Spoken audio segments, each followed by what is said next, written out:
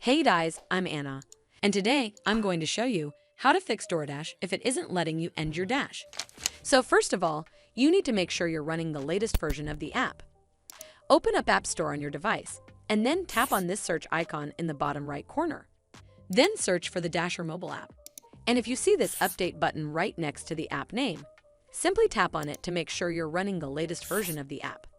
But if you still encounter this issue, then you need to clear App Cache. Go to your device settings and then scroll all the way down to General and tap on it. Then tap on iPhone Storage. From here, search for the Dasher mobile app and then tap on it. Once you're on this screen, you need to tap on Offload App. Tap again to confirm. It'll take a bit for processing, and then a reinstall button will show up. Simply tap on it to reinstall the app. This should fix the issue, but if it doesn't, then you need to contact customer support officials. Open up Dasher app on your mobile device.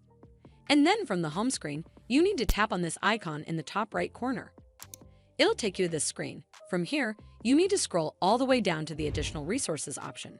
And then tap on this drop-down icon right over here. Next, tap on Chat with Support option right over here. And once you're redirected to this chat screen, briefly explain your issue to the Doordash app representative.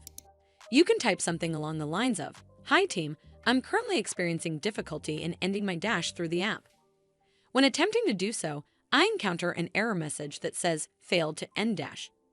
Hopefully, the Doordash app representative will help you fix the Doordash driver app if it isn't letting you end your dash.